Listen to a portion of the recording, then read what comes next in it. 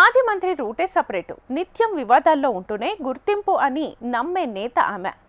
కాలం కలిసొచ్చి తొలిసారే మంత్రి అయ్యారు.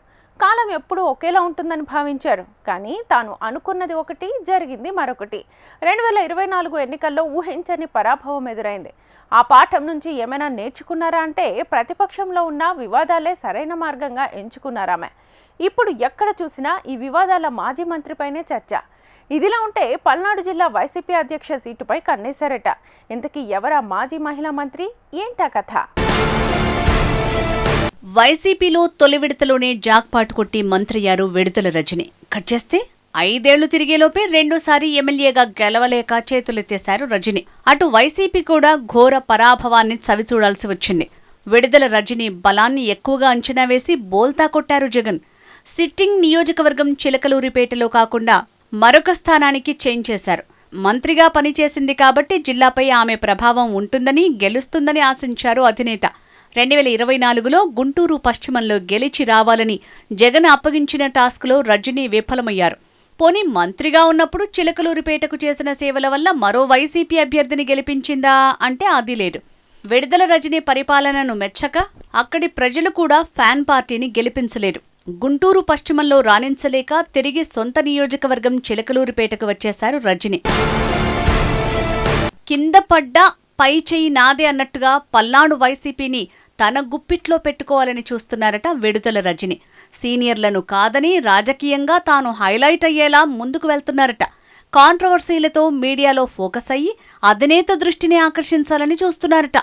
పల్నాడు జిల్లా వైసీపీలో తనకెవరు పోటీ అన్నట్టుగా దూసుకువెళ్తున్నారు.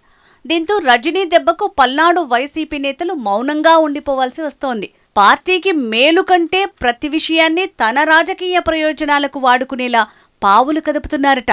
పక్క నియోజకవర్గాల్లోనూ తలదూరుస్తున్నారట. పల్నాడులో ఎక్కడేం జరిగినా వెంటనే ప్రెస్ మీట్లు పెట్టి ఫోకస్ అంతా తనపైనే ఉండేలా చూస్తున్నారట. మంత్రిగా ఉన్నప్పుడు అధికారాన్ని అడ్డం పెట్టుకుని ఆమె చేసిన పనులు ఇప్పుడు ఆమె మెడకే చుట్టుకుంటున్నాయి.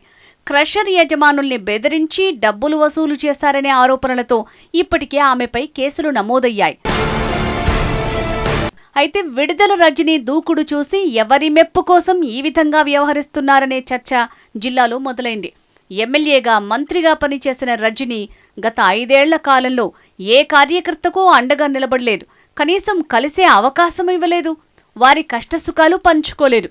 ఇప్పుడు ఓడిపోయిన తర్వాత తాము గుర్తుకొచ్చామా అంటూ కార్యకర్తలు రజనీపై ఫైర్ అవుతున్నారు. ఇప్పుడు ప్రతిపక్ష పార్టీ నేతగా ఏదో ఒక వివాదంలో ఉండటం, వివాదం అయ్యేలా మాట్లాడటం మాత్రమే తనకు గుర్తింపు తెచ్చే అంశాలుగా రజని ఫిక్స్ అయిపోయారు. ఇక రజని ఇప్పుడు కొత్త టార్గెట్ పైన కన్నేశారు. పల్నాడు జిల్లాకు వైసీపీ అధ్యక్షుడిగా పిన్నెల్లి రామకృష్ణారెడ్డి ఉన్నారు. అయితే ఆయన వివిధ కేసుల్లో ముద్దాయిగా ఉండటంతో పిన్నెల్లి ప్రస్తుతం అండర్ గ్రౌండ్లో ఉన్నారు. పిన్నెల్లి పైన ఉన్న కేసులు ఇప్పట్లో తేలేవి కావు. ఇక పిన్నెల్లి గతంలో చేసిన పనులకు ఇప్పుడు కూటమి ప్రభుత్వం ఆయన్ని అంత సులభంగా వదిలే పరిస్థితి కనిపించటం లేదు. దీంతో ఇప్పుడు పల్నాడులో వైసీపీ జిల్లా అధ్యక్ష బాధ్యతల మార్పు అనే చర్చ మొదలైంది. ఈ రేసులో ఇప్పుడు రజని నేనున్నానంటూ ముందుకొస్తున్నారు. పల్నాడులోని పార్టీ సీనియర్ల పేర్లు ప్రచారంలోకి వచ్చాయి. ఈ పరిస్థితుల్లో తనకే జిల్లా అధ్యక్ష పగ్గాలు అన్నట్లుగా రజని ఫీల్ అవుతున్నారనే టాక్ వినిపిస్తోంది. మరి రజని కొత్త పదవి కల నెరవేరుతుందా? రజని ఏం చేయబోతున్నారు అనేది పల్నాట హాట్ టాపిక్గా మారింది.